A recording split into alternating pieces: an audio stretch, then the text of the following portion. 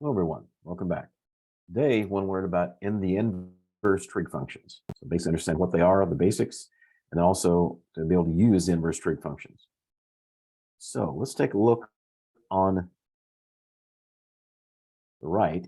And so basically, the inverse trig function, recall, inverse functions are functions that kind of undo regular functions. So good examples are square and the square root, and also logs and exponents. These are functions that can undo each other. And so, for example, you have the sine of some angle, then if you want to find out the angle, you can take the inverse sine of both sides. So that's how they're used. And so today we want to learn more about them and kind of be able to also be able to evaluate them and understand what they mean and the limitations they have. So first I'll start with the inverse sine function, both on the right, on the left. So it's written usually as either sine a -1 up here, just write as sine inverse sine of x or sine inverse of x, so the -1, or sometimes called the arc sine of x. Okay, has a domain of -1 to 1 in a range of -pi/2 to pi/2. Okay, and it's defined this way. So this is kind of a formal or official definition of it. What this says, these are two ways of giving you the same information. So what we're more familiar with is, for example, if the sine of y equals x, then it's another way of saying the inverse sine of x equals y. Okay. And also important to point out here, that the inverse sine of x, the inverse sine of something is an angle y. Okay. And has these properties. So this is how the functions, so as I said, these functions can undo each other. Based on what this shows. So the function composition, if you take the sine of the inverse sine of x, it just gives you x as long as you're in the range of the inverse sine, -1 to 1. And then if you take the inverse sine of the sine of x, also gives you x as long as your x is between -pi/2 to pi/2. Okay. And also recall that -pi/2 to pi/2 are basic quadrants 1 and 4. So that's important later on. We actually have to look for and find these different angles. Let's come over here to the right. Let's also stop at the graph briefly. So the inverse sine of x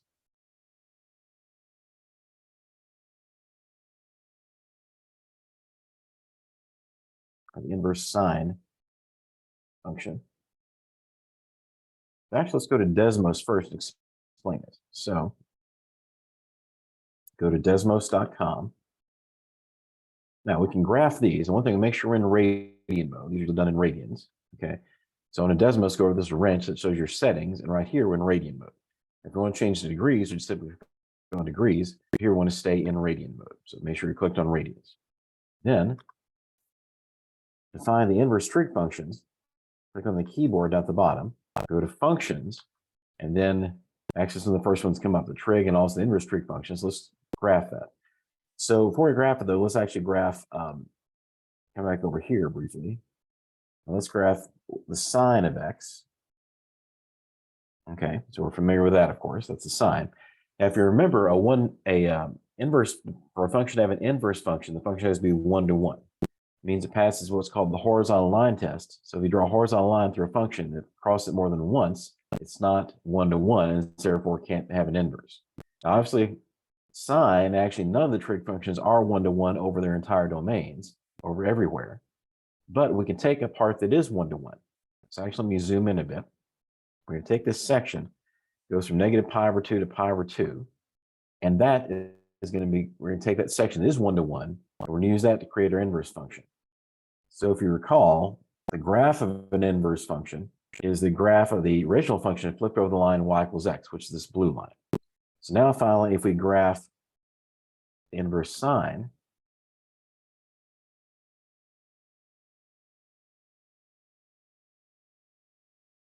I like to write the y equals first. Wrong place, hang on. Okay, so y equals then the inverse sine of x. Okay, so let's remove this. Let's take a look. Also move my image up a bit. So once again, the red line is the original sine function between -pi/2 to pi/2. The blue line is the line y equals x. We flip this section of the sine over that graph, we get this purple line. Okay, and also if you recall from inverse functions, our endpoints are coordinates switch. So on the original function, coordinate xy becomes essentially they switch coordinates. So here, this point here is -1 and -π/2. And this point is 1 and π/2. Okay, so that's the graph. And once again, notice the domain. Okay, once again goes from -1 to +1. So actually, if we try to take the inverse sine of any value outside that, it's not defined. Not defined in the sense that it's 1/0, but defined in the sense it's not part of the domain. Okay, so that's the limit of what we can use. And also our range goes from -π/2 to +π/2, basic quadrants 1 and 4. Let's go back. So let's briefly graph that. Make a quick graph. Okay, so here's -1, here's +1, here's -π/2 and +π/2. And so the graph then looks like this. So this is the graph of our inverse sine function.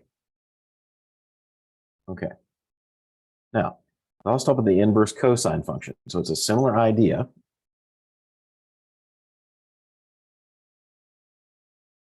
Okay. It's either called cosine -1 of x or just inverse cosine of x, or something's called the arc cosine of x. It has the same domain as inverse sine, -1 to 1, but the range is different, 0 to pi. Now, here's the official statement of how they're related to the cosine. Okay. And same idea as before. All right. These two things tell you the same information. Once again, inverse cosine of a number is an angle, some angle y. And here are those same properties, those same compositions. So it shows how the functions undo each other as long as the inside function is the axis within its domain. Okay. Now let's graph that quickly over here. So the inverse cosine.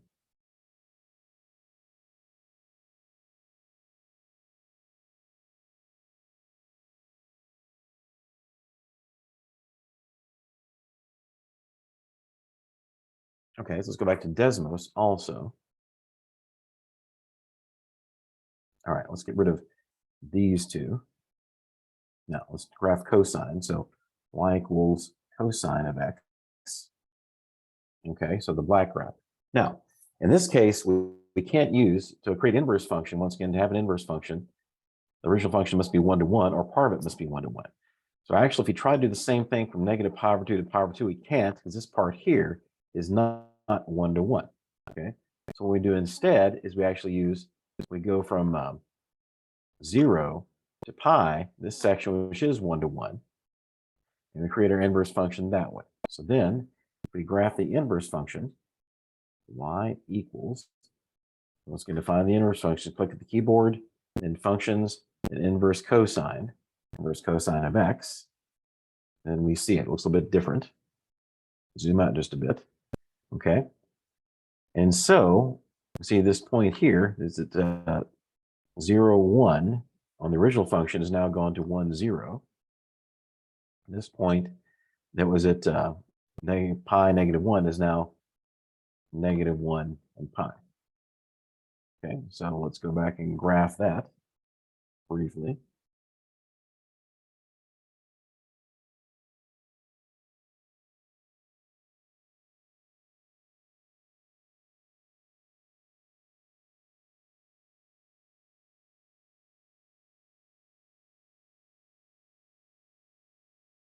Okay, so this part is like be perfectly to scale, but that's okay. So this part that goes from, let's look at the graph again. These can sometimes be hard to kind of realize how they look.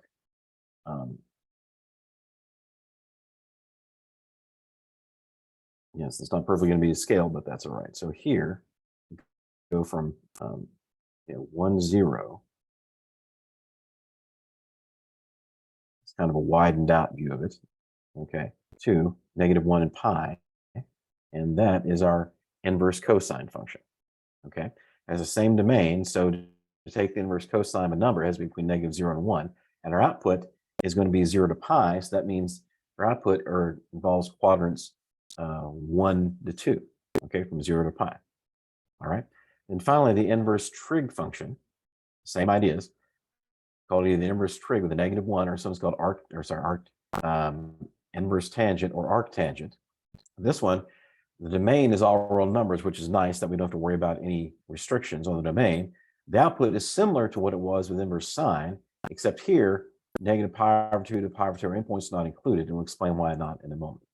So it's the same definition. So inverse tangent of number is an angle, this angle y, as an equivalent statement tangent of y equals x. And then once again, this shows, these two statements here, once again, show how these functions undo each other as long as the x is within the domain of the inside function. Okay, let's briefly come over here and graph that. Go to the next page. And so the inverse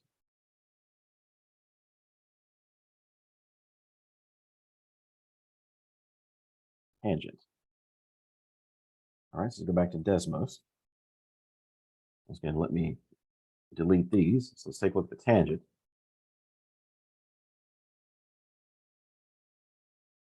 Okay, and let me actually, sorry, change that because the probably get different colors. Yeah, contrasting colors. There we go. Okay.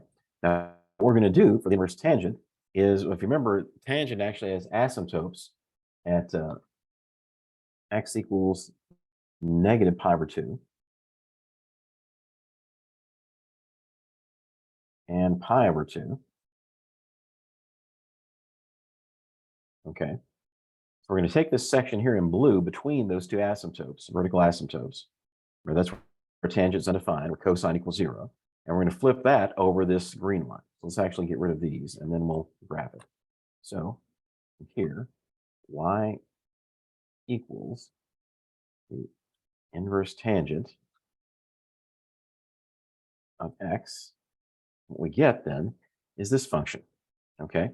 Now, since we flipped it over that line, now this one actually has horizontal asymptotes and also y equals -pi/2 and +pi/2. Okay. So it approaches those two asymptotes that I ever actually touched. So if we graph that here, okay, so we have these two horizontal asymptotes at y equals I/2 and at y equals -pi/2. And then it looks like, actually looks like this. Okay, so that's the inverse tangent. Now, once again, the output is from -pi/2 to pi/2, not including pi/2. That's why it doesn't, because these were, in the original graph, these were vertical asymptotes, now become horizontal asymptotes. So actually the graph never actually reaches either pi/2 or -pi/2. And so the output is in quadrants 1 and 4. Okay, now finally, let's take a look at how we actually evaluate trig functions, how we evaluate the inverse trig functions.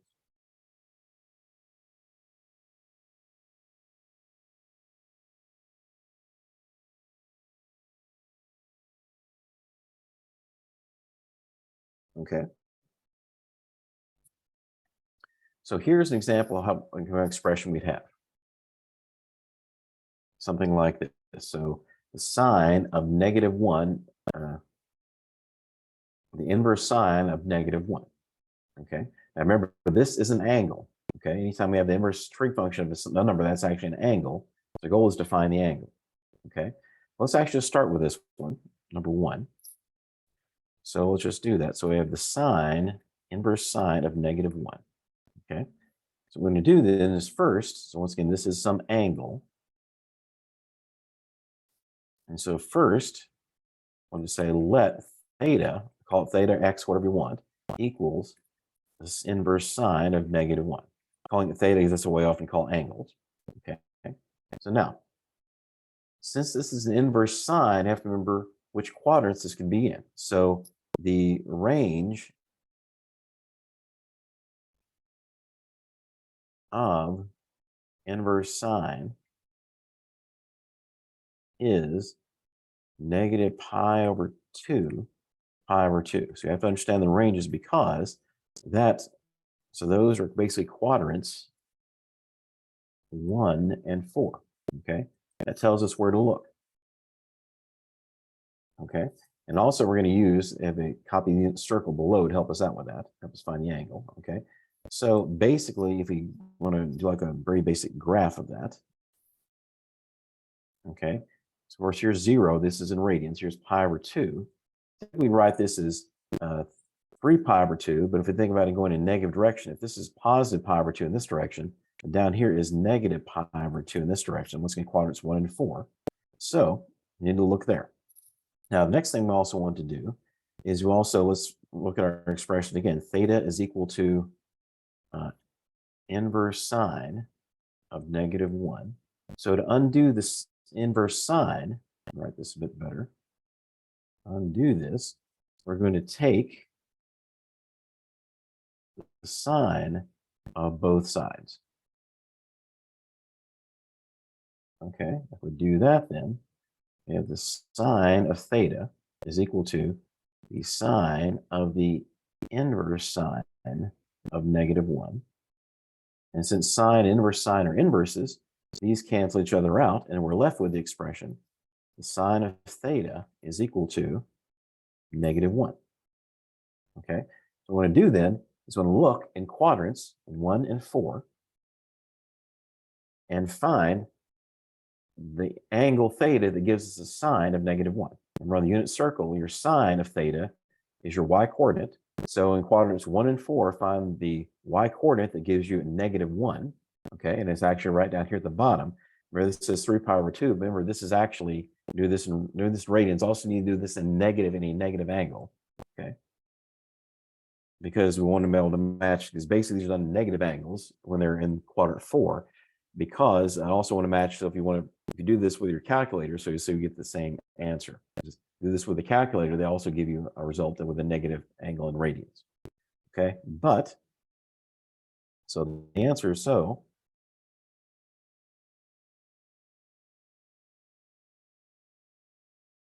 theta is equal to -pi over 2. Okay, so that's right down here. Okay, so this angle right here, our result is this is -pi over 2. Okay, that's our angle we're looking for. All right, so that's our answer. Okay, now let's actually check that on Desmos. So remember, we can use Desmos as a calculator. So let me actually delete all of this. So we're still in radian mode. All right. First off, let's just approximate -pi over 2. Okay. Now let's do the inverse sines. Let's do inverse sine. Let's go to the keyboard functions inverse sine of -1. Yeah, exactly the same result. Okay. So that's approximately negative 1.57. Okay. All right. That's a basic idea. So once again, what we did, and I wrote these down in our procedures, is first present one of these, call it theta because there's some angle. Basically determine which quadrant you need to look in. Okay. And take the opposite trig function of both sides. We'll cancel out the inverse trig function. So sine for inverse sine, cosine, inverse cosine, so forth. Then use the unit circle, find the value that will make that a true statement. The result of true statement. Find the angle that satisfies this, and then make sure that if you're in quadrant 4, then use a negative angle. Okay, number 2. Let's do one with cosine. Let's do cosine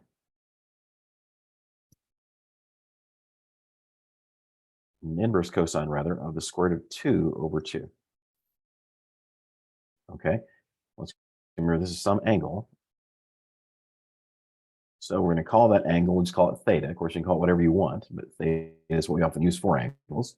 Let's call it theta. I'll say let theta equal the inverse cosine of the square root of 2 over 2. Okay. Now, once again, so the range of inverse cosine, or y equals inverse cosine x, is 0 to pi. Okay. This means this is in either quadrant 1 or 2. Okay. Once again, look back. So I gave you those ranges before. So the range of inverse cosine is 0 to pi. So quadrants 1 and 2. That tells us where to look. So as a picture, we're going to be somewhere. Here's 0, here's pi over 2, here's pi. So somewhere up here, somewhere above the x-axis. Now, once again, what we want to do now then is we want to sort of go back to what we have as theta is equal to the inverse cosine of the square root of 2 over 2. So once again, what we're going to do is get rid of the inverse cosine. We want to take the cosine of both sides.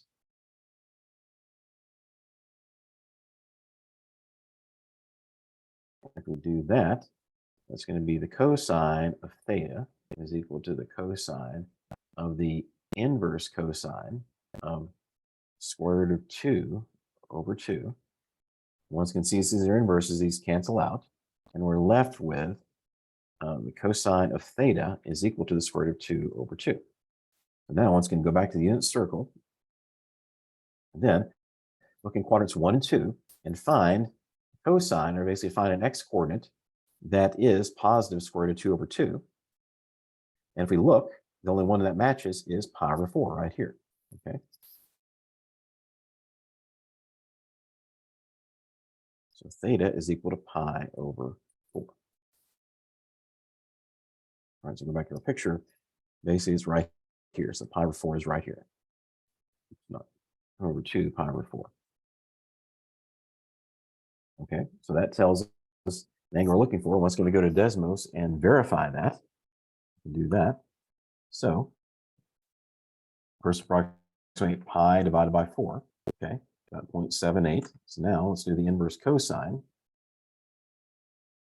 Functions inverse cosine. And now we can actually type it the same way. So either use the square root down here or type in SQRT. So I'll just use it here. 2, then a move to the right to get out front of the square root divided by 2. And yeah, exactly the same value as it should be, about 0.79 decimal places.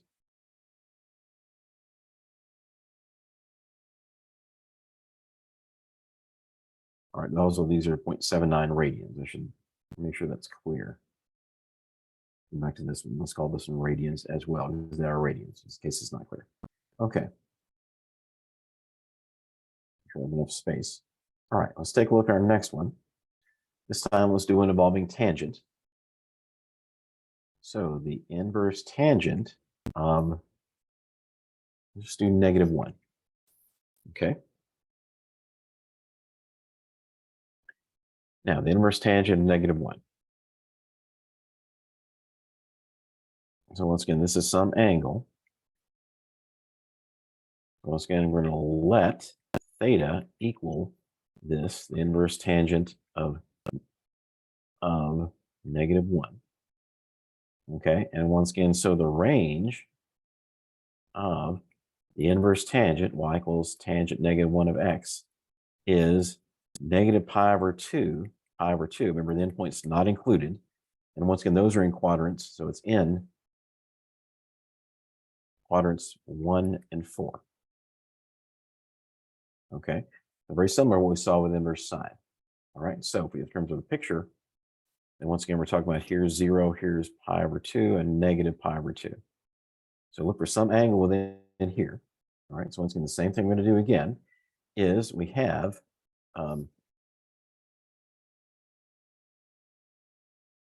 theta is equal to the inverse tangent of -1. And so once again, so to undo the inverse tangent, we want to take this tangent of both sides. And if we do that, that's going to give us then tangent of theta is equal to the tangent of the inverse tangent of -1. And since these are inverses, these cancel out. And so we have left then the tangent of theta is equal to -1. Now we need to find which angle makes that a true statement. Okay. Now, this is a little more involved with sine and cosine because remember the unit circle doesn't give you tangent directly. We have to use the fact that tangent, let's say use the fact that of course tangent of theta is equal to sine over cosine. Okay. And so what we have to do then, so since it's negative, we know we have to be in quadrant, the only negative values we're going to get. Everything is positive in quadrant 1. We only get in negative values if we're down in quadrant 4. So it is in quadrant 4. Then basically I have to figure out which of these angles combinations, if you divide one by the other, is going to give you -1. And actually that's going to be for this angle right here. Okay. Now, actual result is not 7 pi over 4. Okay. I'll just say first, a theta is negative, not negative, so 7 pi over 4. But what we need is we need a negative angle.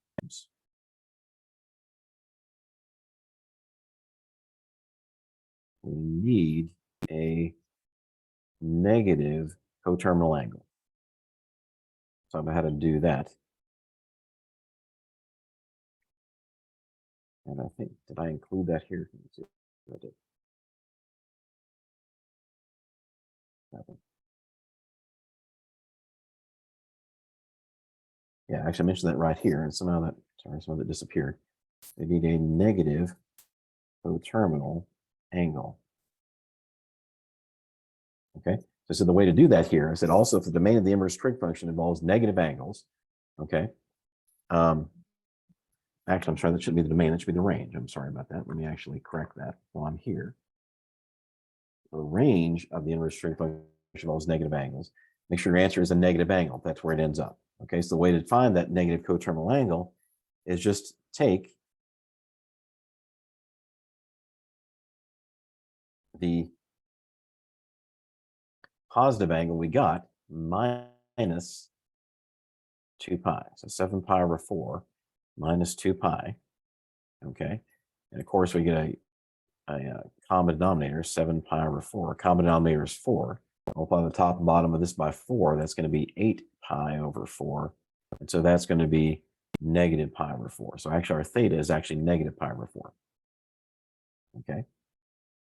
Now let's check that and make sure we get the same thing. Once again, on Desmos. So already found approximate pi over 4. So negative pi over 4 should be just that with a negative. All right, it's about negative 0.78. And if we do inverse tangent of -1, yeah, exactly the same by approximately 0.79, actually. Approximately negative 0.79, and these are all in radians, okay? So make sure if you're in quadrant 4, okay? In fact, I should probably rephrase this and just simply say if the answer is in quadrant 4,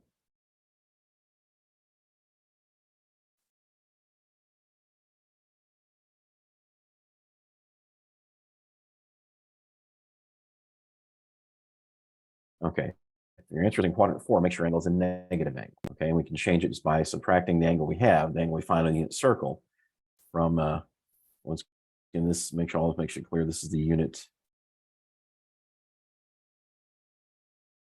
circle value, unit circle angle, okay? All right. So those are basically how we do these. All right, let's do one more example. There's one more thing I want to see.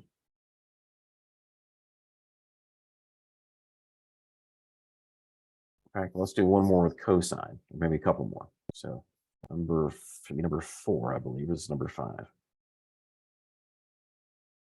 Yeah, number 4. Okay. What if we have the cosine inverse of -1/2? Also, one more thing we didn't actually indicate. So their angle right here, then what we have is negative pi over 4. Okay. Cosine of -1/2. All right. So the cosine of -1/2. So once again, we're going to say let, this is an angle, let theta equal the inverse cosine of -1/2. Okay. And what's going to be saw the range of inverse cosine is 0 to pi. So this angle is in quadrant 1 or 2. Okay. It's going to be up here somewhere. So there's 0, pi over 2, and pi up here somewhere. Okay, so once again, same thing we did before. So we have theta is equal to the inverse cosine of -1/2. Okay, so once again, so to get rid of the inverse cosine, take cosine to both sides.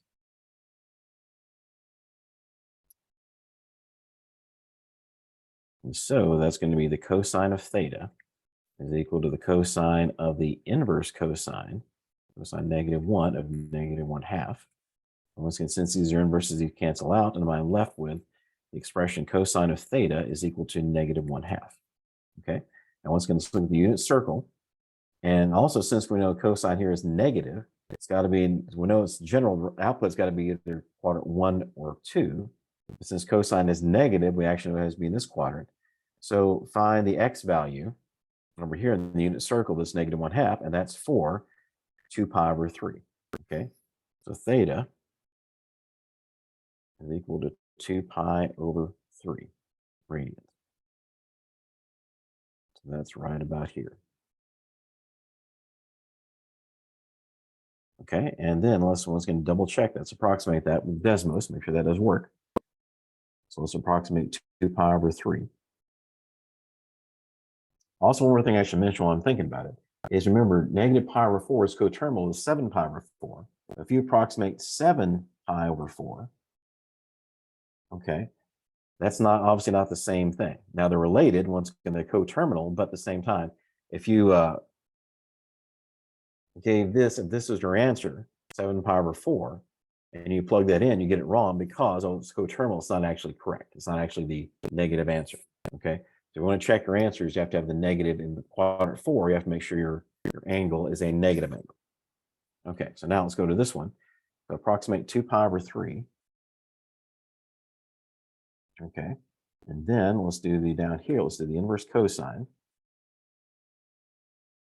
of -1/2. And right, once again, exactly the same thing. Approximately 2.09.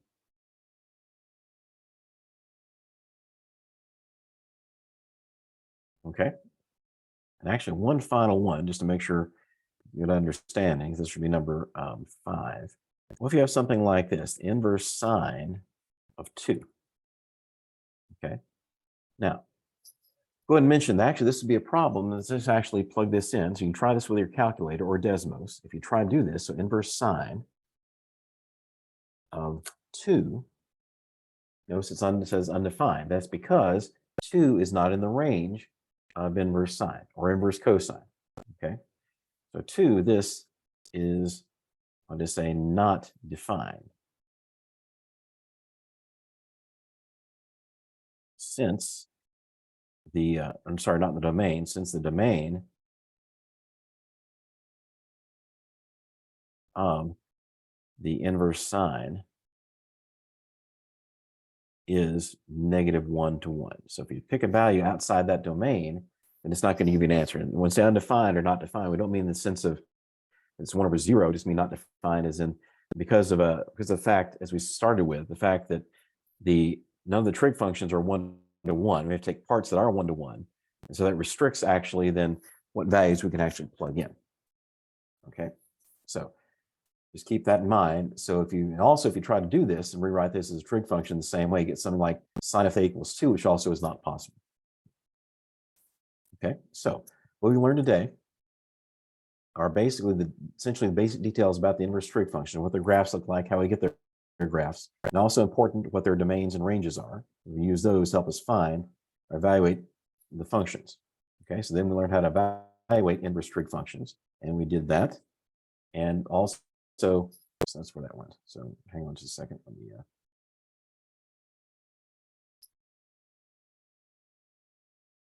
that happens every now and then, where somehow that gets transferred over to the other page, and I find it later after I made a PDF of it. So good, I saw it that time. Okay.